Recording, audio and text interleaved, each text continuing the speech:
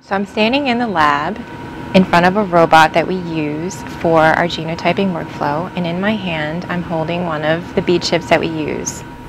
This is a 4-sample bead chip where we can put 4 different persons' DNA into each quadrant, and each quadrant holds 610,000 SNPs apiece. A SNP, or single nucleotide polymorphism, is an individual point on the DNA sequence that is often different in individuals. We know from previous studies which SNPs are associated with which genes. In a moment, we will see how bead chips are used in DNA analysis. So George is assembling the bead chips that were hybridized overnight with different DNA samples. Every chip has to be manually set up in a flow-through chamber so that all the reagents wash over the bead chip. Each bead chip already has a DNA of 4 individuals attached. The bead chip sits in a chamber called a T-flow. Here you can see George arrange the bead chips in a T-flow chamber rack. When it is in the rack, we add chemicals called reagents. These reagents are labeled with dyes, which bind to the DNA on a bead chip.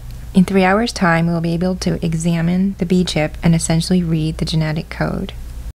Once the labeling is complete, we will take them to the scanners that can read them.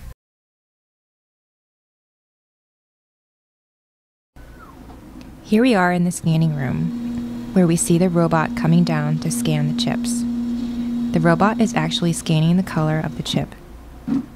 I mentioned earlier that we add reagents which contain different colored dyes.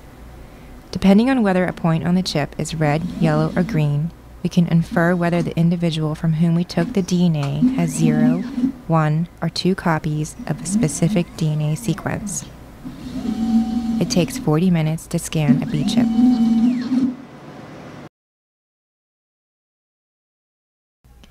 When the scan is done, we can see the results on this monitor. This is sent to some very sophisticated computers that count up the color code and tells us which SNPs, and therefore which genes, they correspond to. These counts add up to an individual's genotype.